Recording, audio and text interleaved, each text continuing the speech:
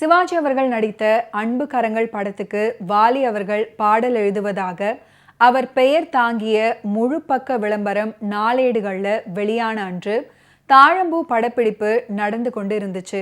அங்கு எம்ஜிஆர் அவர்களை தற்செயலாக சந்திச்சாரு வாலி. பாடலாசிரியர் வாலியை பார்த்தவுடன் உங்கள் அன்பு கரங்கள் எப்போ ரிலீஸ் அப்படின்னு எம்ஜிஆர் அவர்கள் புன்னகையுடன் வாலி அவர்கள்கிட்ட கேட்டிருக்கிறாரு. அதற்கு வாலி அவர்கள், உங்கள் அன்பு கரங்கள்ல இருந்து என்றைக்குமே எனக்கு ரிலீஸ் கிடையாது அப்படின்னு பதில் சொன்னாராம். அதை கேட்டு எம்ஜிஆர் அவர்கள் நெகிழ்ந்து போனார். பிற்காலத்தில் தமிழக முதலமைச்சராக எம்ஜிஆர் அவர்கள் பதவி வகித்த போது புயல் வெள்ளத்தால பாதிக்கப்பட்டவர்களுக்கு உதவ நட்சத்திரங்கள் நிதி திரட்டினாங்க. 5 முக்கிய நகரங்கள்ல எம்ஜிஆர் அவர்கள் தலைமையில் அனைத்து பிரபல நடிகர்களும் பங்கு பெறும் வகையில் கலை நிகழ்ச்சிகள் ஏற்பாடாகி இருந்துச்சு. திருநெல்வேலியில் நடந்த கலை நிகழ்ச்சிக்கு எம்ஜிஆர் அவர்கள் தலைமை வகித்தாரு. அவருக்கு அருகில் வாலி அவர்கள் அமர்ந்திருந்தாரு. அமைச்சர்கள் காளிமுத்து, எட்மண்ட் முதலானோர் பின்வரிசையில் அமர்ந்திருந்தாங்க. அசோக சக்கரவர்த்தியின் கலிங்கத்து போர் அப்படின்ற ஓரங்க நாடகத்துல சிவாஜி அவர்கள் சாம்ராட் அசோகனாக மேடையில் தோன்றி அற்புதமாக நடிச்சாரு.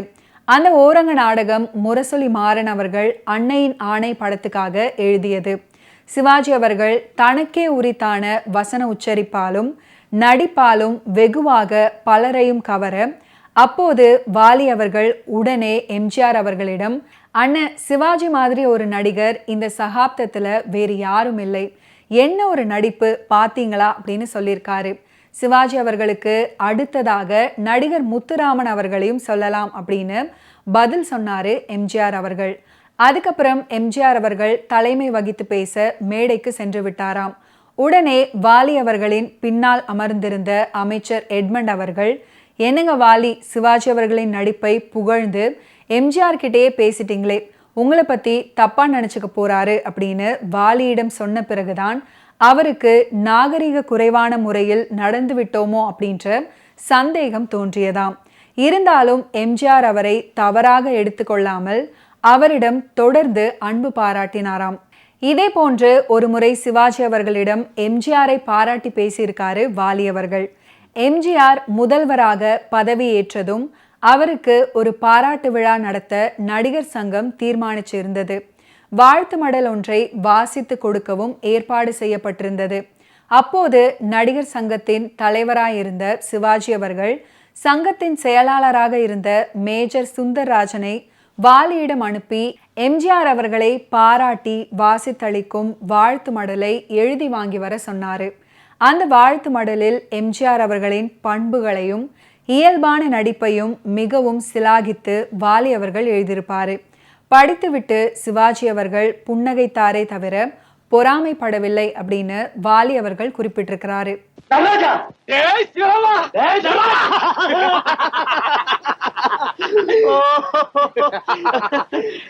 ஆமா, நீ இந்த ஊருக்கு எப்போ வந்த? போன வாரம் தாண்டா வந்தேன். வந்த உடனே ஒரு கொலைகேஸ், குற்றவாளிய கோர்ட்டு ஆஜர்படுத்தணும். அதுக்காக போற வழியில நீ இங்க இருக்கேன்னு கேள்விப்பட்டேன். உடனே உன்னை பார்த்துட்டு விஷயத்தை சொல்லிட்டு போலான்னு. ரொம்ப நாளைக்கு அப்புறம் சந்திக்கிறேன். ரொம்ப நாளைக்கு அப்புறம். ஆமா, ட்ரெயின் எத்தனை மணிக்கு வருது? 3/4 மணி நேரம். அதே அப்பா, 3/4 மணி நேரம். வாடா பேசிக்கிட்டு இருக்கலாம். இதான் கொலைக்காரனா? ஆமாடா. என்னடா அப்படி பாக்குற? ஆளை பார்த்தா கொலை செய்தவன் மாதிரி தெரியல. இந்த காலத்துல நல்லவன் யாரு கெட்டவன் யாருன்னு கண்டுபிடிக்கவே முடியலடா. பாவம். என்ன பார்த்து பரிதாபப்படாதீங்க சார். பெத்த தாயையும் கூட பிறந்த தங்கச்சியும் அனாதையா தவிக்க விட்டு வந்தவன் சார். என்ன பார்த்து பரிதாபப்படாது. நீ ஏன்டா கவலைப்படுற? இன்னமும் பழைய மாதிரி இருக்க போல் இருக்க. இந்த பாரு, நாம பரிதாபப்படுறதுனாலயோ அனுதாபப்படுறதுனாலயோ ஆக போறது ஒண்ணு இல்லடா. இந்த பாரு, அவன் செய்த குற்றத்துக்கு தண்டனை நிச்சயம் அனுபவிச்சுதான்.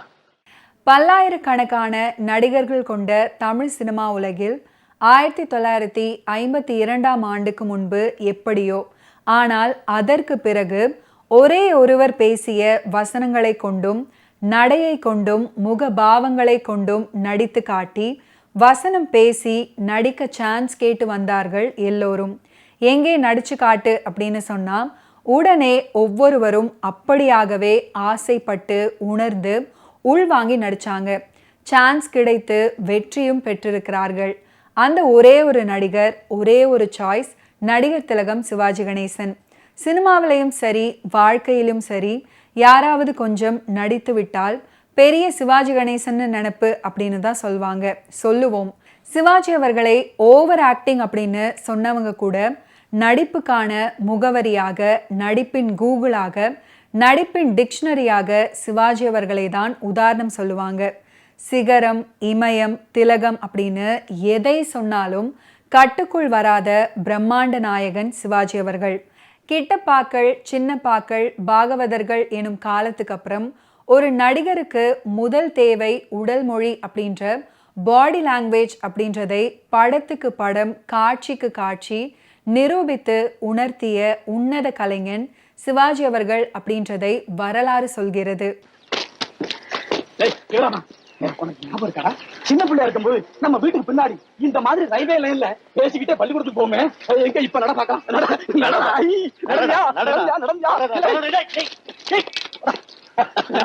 கல்யாணம் பண்ணதுக்கு அப்புறம் என்னால நடக்க முடியாது, ரொம்ப ஒப்பி போயிட்டேன்.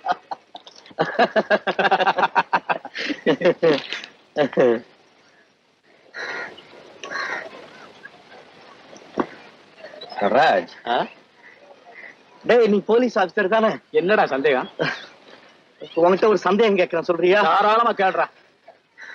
கொலை செய்தவன் போலீஸ் கிட்ட இருந்து தப்பிக்கவே முடியாது இல்ல? போலீஸ் கிட்ட இருந்து கொஞ்ச நாளைக்கு வேணும்னா தப்பிச்சுக்கலாம், ஆனா அவன் மனசாட்சி கிட்ட இருந்து அவன் தப்பவே முடியாதுடா. மனுஷன் பிறக்கும் போதேவா குற்றவாளியா பிறக்கலாம். சந்தர்ப்பம், சூழ்நிலை அவன் அப்படி ஆக்கி வச்சிடுது. சந்தர்ப்பத்தை சொல்லி வாதாடினா உலகத்துல எந்த மனுஷனுமே குற்றவாளி இல்ல. எல்லா சந்தர்ப்பத்திலையும் நல்ல முறையில நடக்கணுங்கிறதுக்காகத்தான் ஆண்டவன் நமக்கு 6 அறிவை கொடுத்தான். அதே ஆண்டவன் தானே கேவலம் பாச உணர்ச்சிக்கு நம்மள அடிமையாக்கிறான். உணர்ச்சி வசப்பட்டு தவறு செய்யறவனை தட்டி கேட்கறதுக்காகத்தான் சட்டம் இருக்கு, நாங்க இருக்கோம். அப்படின்னா குற்றவாளி நிம்மதியாவே வாழ முடியாது இல்ல? யாரா சொன்னா நிம்மதியா இருக்கலாம்? அவன் செஞ்ச குற்றத்தை ஏத்துக்கிறதா வழி. அவன் செய்த குற்றத்தை ஏத்துக்கிறதா வழி. ஏத்துக்கிறதா வழி. ஆமா, அவன் செய்த குற்றத்தை ஏத்துக்கிறது தான் வழி. நடராஜ், நான் வந்து உங்க தங்கத்தை கழுத்துல விழுந்துட்டீங்க.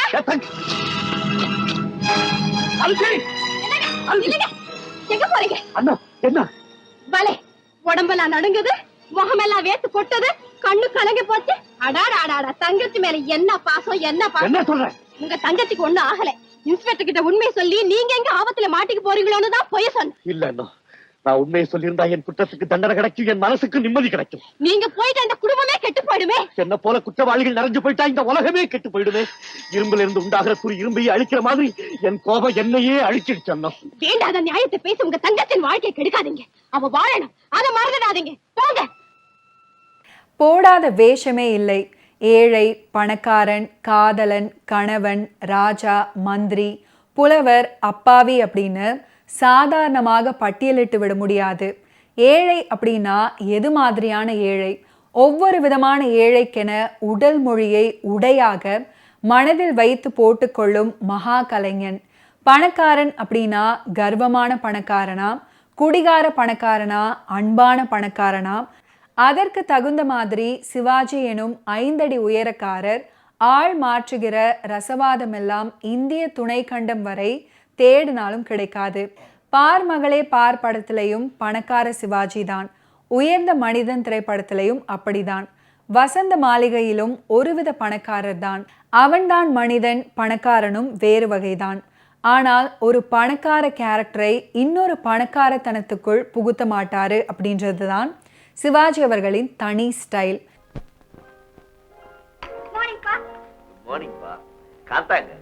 கூப்பிட்டேன்பா, வரமாட்டேன்னு சொல்லிட்டா.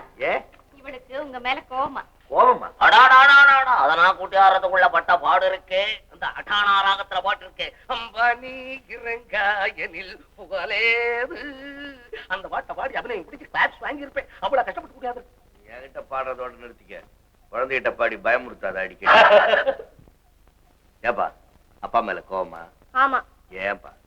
பின்ன என்ன, தினமும் நாங்க தான் மாடி ஏறி வந்து உங்களை பாக்கணுமா? ஏன் நீங்க ஒரு நாளைக்கு கீழே வந்து எங்களை பார்த்து குட் மார்னிங் சொன்னா என்ன? பாத்தியா லட்சுமி, காந்தா இந்த சின்ன வயசுலயே சுயமரியாதையிலையும் கௌரவத்திலையும் எவ்வளவு குறியா இருக்கான்னு. இந்த ட்ரெண்ட் தான் எனக்கு பிடிக்கும். காந்தா அப்படியே ஏன் டைப். இவருக்கால சந்திரா பூனை ஓன் டைப். எனக்கு வெந்நீர் ரெடியா இருக்கா? இருக்குங்க. மாடி, அம்மா கூட கீழே போயிருங்க. அப்பா குளிச்சுட்டு வந்து உங்களுக்கு குட் மார்னிங் சொல்லுவான். ஓகே? ஓகேப்பா. எப்போதும் அன்பு கலந்த அப்பாவித்தனத்துடன் இருப்பாரு படிக்காத மேதை ரங்கன். எந்நேரமும் போதையில் இருப்பது மாதிரியே இருப்பாரு வசந்த மாளிகை திரைப்படத்துல. உள்ளம் என்பது ஆமைக்கு ஒரு விதமாக நடப்பாரு, 6 மணமே 6 பாடலுக்கு வேறு விதமாக நடப்பாரு. மாதவி பொன்மையிலால் பாட்டுக்கு தனி ராஜ நடை. திருவிளையாடல்ல கடற்கரையில் நடக்கும்போது அது ஒரு ஸ்பெஷல் நடை. தெய்வ மகன்ல மாடிப்படி ஏறுவாரு, திரிசூலத்திலையும் மாடிப்படி ஏறுவாரு. அங்கே ஒரு விதம், இங்கே ஒரு ஸ்டைல் நடை. இப்படி தமிழ் சினிமாவில் இவரின் நடை, பார்வை, பேச்சு, உடல் மொழி அப்படின்னு எத்தனை ஸ்டைல்கள். நடிப்புல மட்டுமல்ல, சிவாஜி அவர்களின் நடையை கூட மிஞ்ச யாருமே கிடையாது. சிவராமா. அம்மா ஆனந்தி. ஆனந்தி அவ அப்பவே வந்துட்டாப்பா. நீ எங்க போய் அலைஞ்சிட்டு வர்ற? ஆனந்தி. ஆனந்தியா? ஆனந்தி. ஆனந்தி. ஆனந்தி.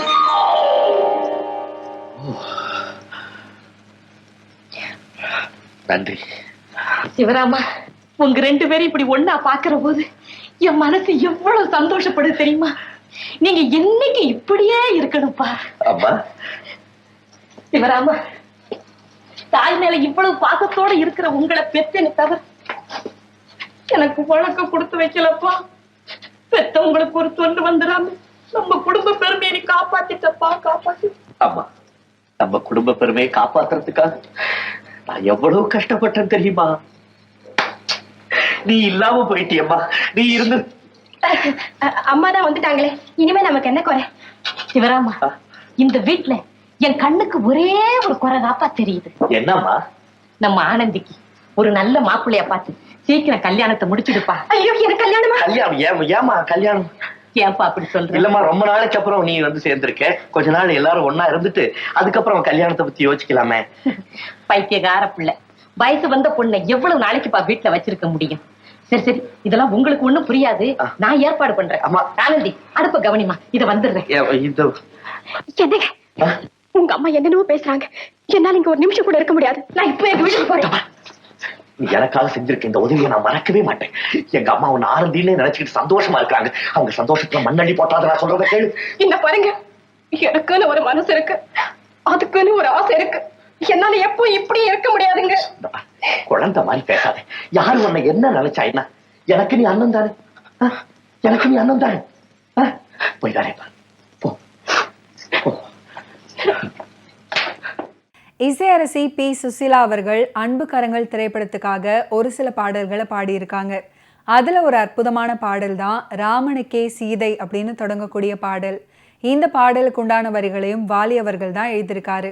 ராமனுக்கே சீதை என்று வாழ்ந்தது தான் பெண்மை, சீதை வழி நான் தொடர ஆசை வைத்தேன் உண்மை, ஆசை வைத்தேன் உண்மை. ராமனுக்கே சீதை என்று வாழ்ந்தது தான் பெண்மை, சீதை வழி நான் தொடர ஆசை வைத்தேன் உண்மை, ஆசை வைத்தேன் உண்மை.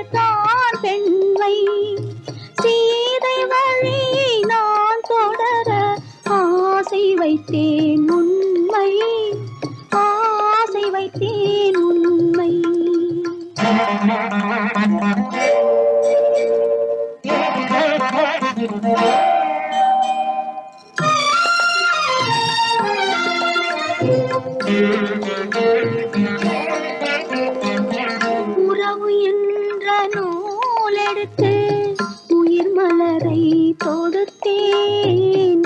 உறவு என்ற நூலெடுத்து உயிர் மலரை தொடுத்தேன். தொடுத்த மலரை இறைவன் கையில் கொடுப்பதற்கே துடித்தேன்.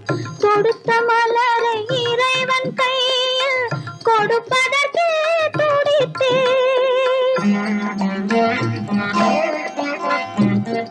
இறைவன் இல்லா ஆலயத்தில் ஏற்றி வைத்த தீபம்.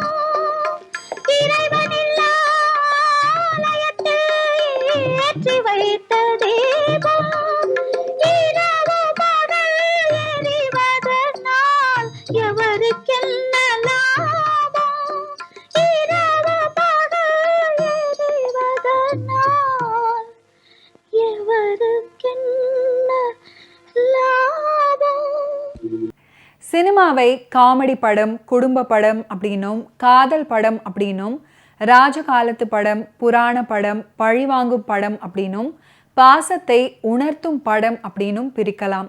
இந்த பிரிவுகள் அனைத்துலையுமே சிவாஜி அவர்கள் நடிச்சிருப்பாரு. அவர் நடிச்சதாலேயே அது சிவாஜி படமாயிற்று. Bhimsingh, Panthulu, A P Nagarajan, Sridhar, A C Tirulokchandar, C V Rajendran, P Madhavan, T Yoganand அப்படின்னு சிவாஜி அவர்களை திரையில் விளையாட விட்டு ரசித்த இயக்குனர்கள் பட்டியல் ஏராளம். அவரின் அதகளமும் ஆட்டமும் கண்டு பிரமித்து போனவர்கள் லட்சக்கணக்கான ரசிகர்கள். நாதஸ்வர கலைஞனாகவும் நடிச்சிருப்பாரு. மிருதங்க வித்வானாகவும் பொழந்து கட்டுவாரு. எப்படி வாசிக்க வேண்டும் அப்படின்றதை பியானோ ஸ்பெஷலிஸ்டே இவருடைய புதிய பறவை படத்தை பார்த்துதான் வாசிக்க கற்றுக்கொண்டிருக்கலாமோ அப்படின்னு தோன்றும். முதல் மரியாதை சிவாஜி அவர்களும் தேவர் மகன் சிவாஜி அவர்களும் வேற லெவல், வேற ரகம். ஒரு சூரியன், ஒரு சந்திரன் போல ஒரு சிவாஜி அவர்கள்தான், ஒரே ஒரு சிவாஜி அவர்கள்தான்.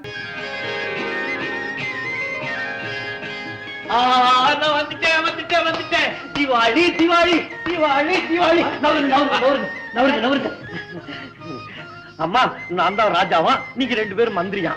ஆமாண்டா கண்ணு, நீ ராஜாவே தான். இன்னைக்கு வீடே ஜெகஜோதியா இல்ல? லட்டு, மைசூர் பாக்கு. ராதா, ஏன் நிக்கிற? உட்கார். வா சேகர், குமார், ராதா மேல போ. பாப்பா,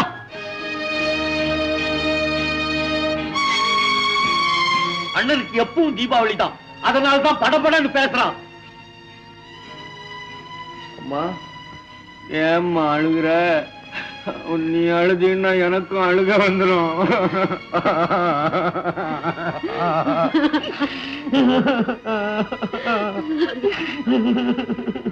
நான் அழலப்பா, நான் அழல. நிஜமா அழுகல? எங்க சிரி? அம்மா சிரிச்சிட்டாங்க.